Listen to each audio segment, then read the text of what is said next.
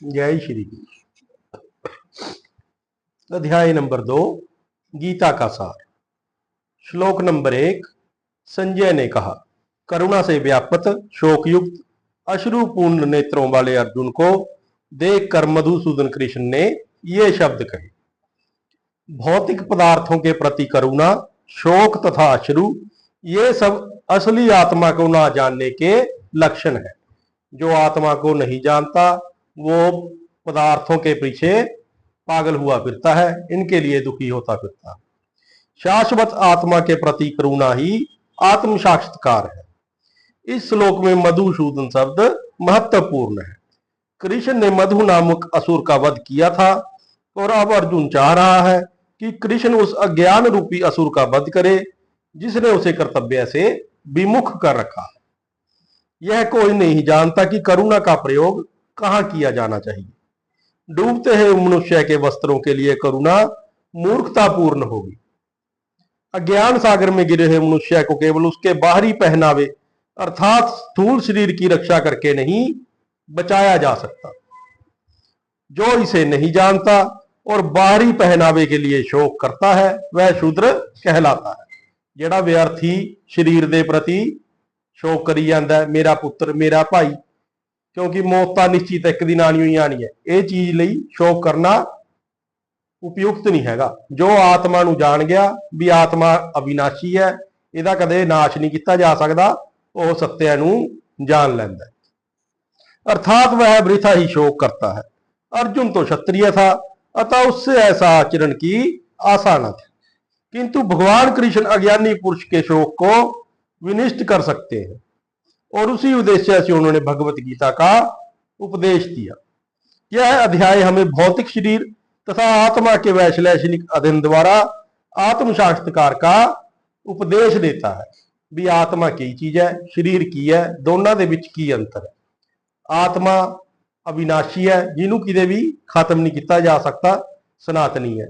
शरीर है जेड़ा नाशवान है, एक समय तो बाद इसका नष्ट हो जाना जरूरी है, जिसकी व्याख्या परम अधिकारी भगवान कृष्ण द्वारा की गई है।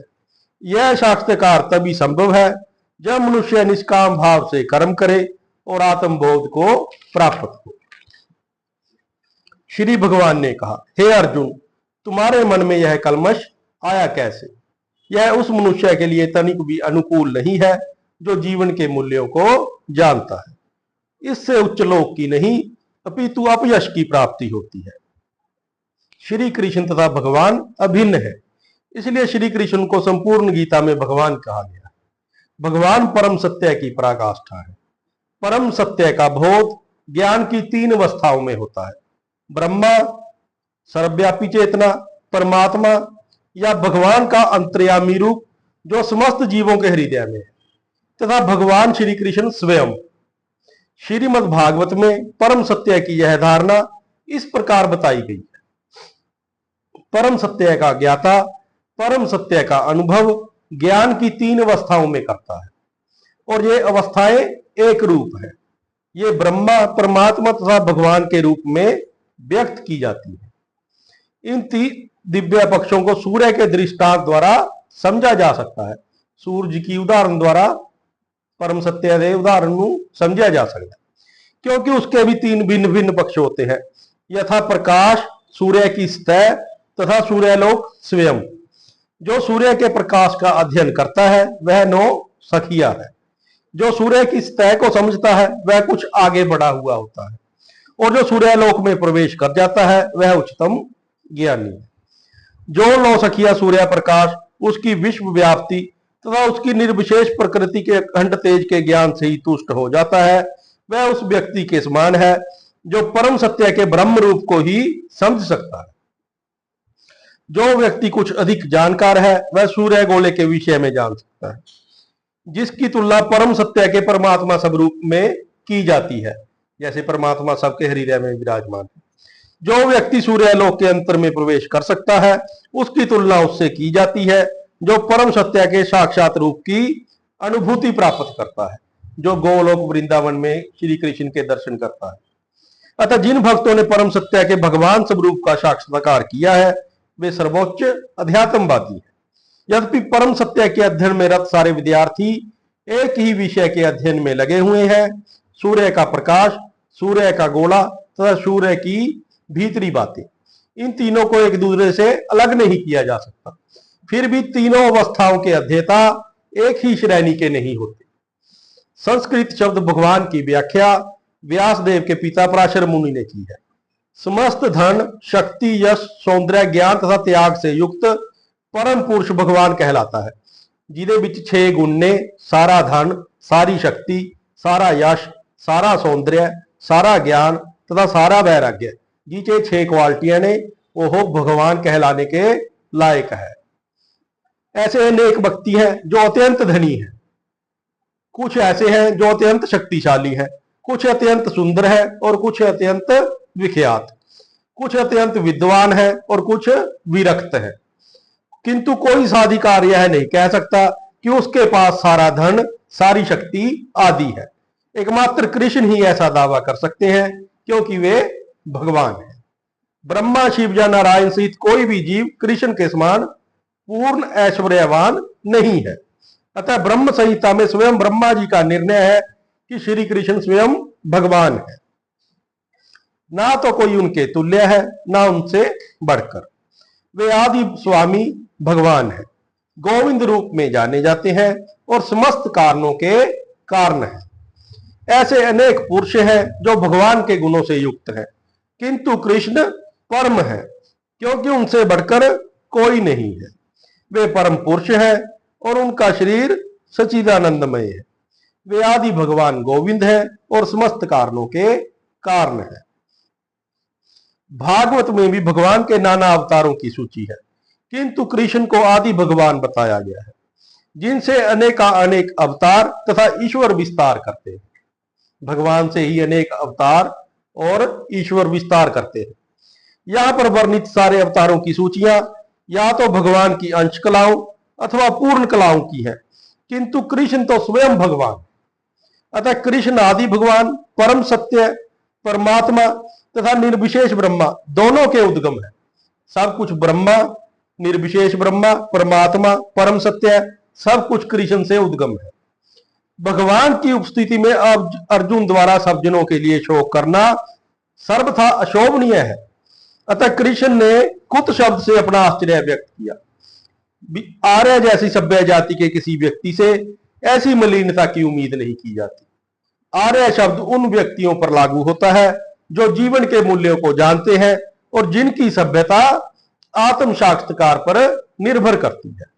देहात्म बुद्धि से प्रेरित मनुष्य को यह ज्ञान नहीं रहता कि जीवन का उद्देश्य परम सत्य विष्णु या भगवान का साक्षात्कार करना है। वे तो भौतिक जगत के बाहरी स्वरूप से मोहित हो जाते हैं। अतः वह यह नहीं समझ पाते कि मुक्ति क्या है। जिन पुरुषों को भौतिक बंधन से मुक्ति का कोई ज्ञान नहीं है, वे अनार्य कहलाते हैं। यद्यपि अर्जुन क्षत्रिय था, किंतु युद्ध से विचलित होकर वह अपने कर्तव्य से गुमराह हो रहा था। उसकी यह कार्यता अनार्यों के लिए ही शोभा देने वाली हो सकती है।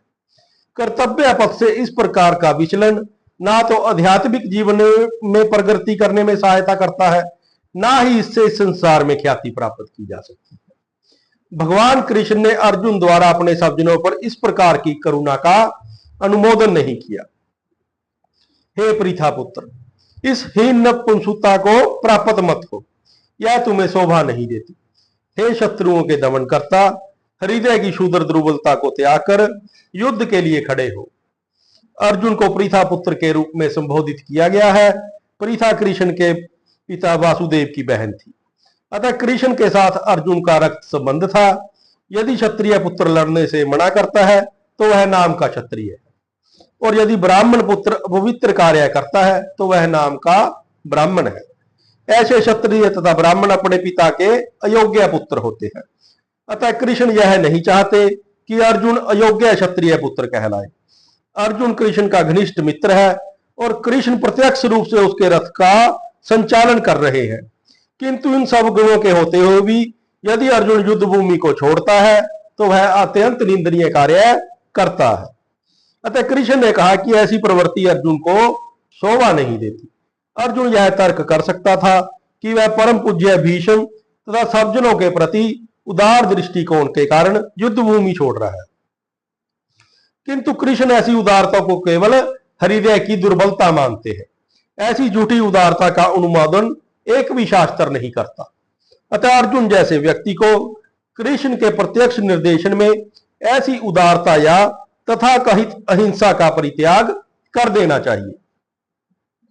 अर्जुन ने कहा, हे शत्रुहंता, हे मधुसूदन, मैं युद्ध भूमि में किस तरह भीष्म तथा द्रोण जैसे पूजनीय व्यक्तियों पर उल्ट कर बाण चलाऊंगा। भीष्म पितामह तथा द्रोणाचार्य जैसे सम्मानीय व्यक्ति सदैव पूजनीय है।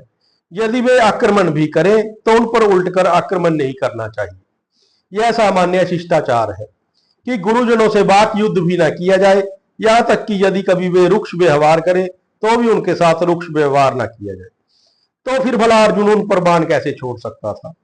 क्या कृष्ण कभी अपने पितामह नाना उग्रसेन या अपने आचार्य संदापनी मुनि पर हाथ चला सकते थे? अर्जुन ने कृष्ण के समक्ष ये ही कुछ तर्क प्रस्तुत किए। ऐसे महापुरुषों को जो मेरे गुरु हैं, उन्हें मारकर जीने की अपेक्षा इस संसार में भीख मांगकर खाना अच्छा है। भले ही वे संसारिक लाभ के इच्छुक हो, किंतु है तो गुरुजन ही। यदि उनका वध होता है तो हमारे द्वारा भोग्य प्रत्येक वस्तु उनके रक्त से सनी होगी।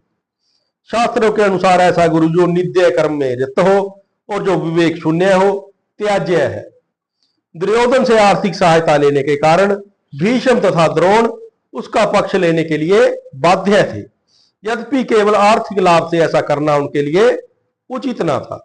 ऐसी दशा में वे आचार्यों का सम्मान खो बैठे थे। किंतु अर्जुन सोचता था कि इतने पर भी वे उसके गुरुजन हैं, अतः उनका वध करके भौतिक लाभों का भोग करने का अर्थ होगा रक्त से सने अवशेषों का भोग। हम यह भी नहीं जानते कि हमारे लिए क्या श्रेष्ठ है, उनको जीतना या उनके द्वारा जीते जाना। यदि हम धृतराष्ट्र के पुत्रों का वध कर देते हैं तो हमें जीवित रहने की आवश्यकता नहीं है, फिर भी वे युद्ध भूमि में हमारे सामने खड़े हैं। अर्जुन की समझ में नहीं आ रहा था कि वह क्या करे, युद्ध करे और अनावश्यक रक्तपात का कारण बने। यद्यपि क्षत्रिय होने के नाते युद्ध करना उसका धर्म है, या फिर वह युद्ध से विमुख होकर भीख मांगकर जीवन यापन करे। यदि वह शत्रु को जीतता नहीं तो जीविका का एकमात्र साधन भिक्षा ही रह जाता है। फिर जीत भी तो निश्चित नहीं है, क्योंकि कोई भी पक्ष विजयी हो सकता है। यदि उसकी विजयी हो भी जाए तो भी यदि धृतराष्ट्र के पुत्रों को मारते हैं तो उनके बिना रह पाना अत्यंत कठिन हो जाएगा। उसी दशा में यह उसकी दूसरे प्रकार की हार होगी। अर्जुन द्वारा व्यक्ति इस प्रकार के ये विचार सिद्ध करते हैं कि वह न केवल भगवान का महान भक्त था, अपितु वह अत्यधिक प्रबुद्ध और अपने मन तथा इंद्रियों पर पूर्ण नियंत्रण रखने वाला। राज परिवार में जन्म लेकर भी भिक्षा द्वारा जीवित रहने की इच्छा उसकी विरक्ति का दूसरा लक्षण था। ये सारे गुण तथा अपने आध्यात्मिक गुरु श्री कृष्ण के उपदेशों में उसकी श्रद्धा, ये सब मिलकर सूचित करते हैं कि वह सचमुच पुण्य आत्मा था। इस तरह यह निष्कर्ष निकला कि अर्जुन मुक्ति के सर्वथा योग्य था। जब तक इंद्रियां संयमित ना हो, ज्ञान के पद तक उठ पाना कठिन है, और बिना ज्ञान तथा भक्ति के मुक्ति नहीं होती। अर्जुन अपने भौतिक गुणों के अतिरिक्त इन समस्त दैवीय गुणों में भी दक्ष था। अब मैं अपनी कृपण दुर्बलता के कारण अपना कर्तव्य भूल गया हूं और सारा धैर्य खो चुका हूं। ऐसी अवस्था में मैं आपसे पूछ रहा हूं कि जो मेरे लिए उपयुक्त हो उसे निश्चित रूप से बताएं। अब मैं आपका शिष्य हूं और आपका शरणागत हूं, कृपया मुझे उपदेश दें। यह प्राकृतिक नियम है कि भौतिक कार्यकलाप की प्रणाली ही हर एक के लिए चिंता का कारण है। पग पग पर उलझन मिलती है, अतः प्रामाणिक गुरु के पास जाना आवश्यक है, जो जीवन के उद्देश्य पूरे करने के लिए समुचित पथ निर्देश दे सके। समग्र वैदिक ग्रंथ हमें यह उपदेश देते हैं कि जीवन की अनजाई उलझनों से मुक्त होने के लिए प्रामाणिक गुरु के पास जाना चाहिए। ये उलझने उस दावा अग्नि के समान है जो किसी के द्वारा लगाए बिना ही भभक उठती हैं। जिमें जंगल ਦੇ ਵਿੱਚ वृक्ष ਹੁੰਦੇ ਆ खड़े, ਤਾਂ हवा ਚੱਲਦੀ है, तेज हवा ਦੇ घर्षण ਨਾਲ ਅੱਗ ਆਪਣੇ ਆਪ फैल ਜਾਂਦੀ है। ਇਸੇ ਤਰ੍ਹਾਂ ਆਪਣੇ ਮਨ ਦੇ ਵਿੱਚ निरंतर कोई ना कोई विचार उठता रहता है, कदे उठ गया कदे दूसरा, कदे एक आ गया कदे दूसरा। इसी तरह यह उलझना निरंतर चलदियां रहंदियां ने बिना किसी दे लगाए। बंदे दा मन उहनूं बैठन नहीं दिंदा, उलझना च उलझा ही रखना। कोई नहीं चाहता कि आग लगे, किंतु फिर भी वह लगती है और हम अत्यधिक व्याकुल हो उठते हैं। अतः वैदिक शास्त्र हमें उपदेश देता है कि जीवन की उलझनों को समझने तथा उनका समाधान करने के लिए हमें प्रागत गुरु के पास जाना चाहिए। जिस व्यक्ति का प्रमाणिक गुरु होता है वह सब कुछ जानता है। अतः मनुष्य को भौतिक उलझनों में न रहकर गुरु के पास जाना चाहिए। यही इस श्लोक का तात्पर्य है। आखिर भौतिक उलझनों में कौन सा व्यक्ति पड़ता है? वह जो जीवन की समस्याओं को नहीं समझता।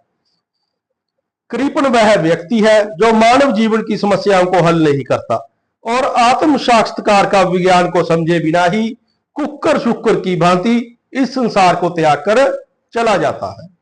जीव के लिए यह मनुष्य जन्म अत्यंत मूल्यवान निधि है, जिसका उपयोग वह अपने जीवन की समस्याओं को हल करने के लिए कर सकता है।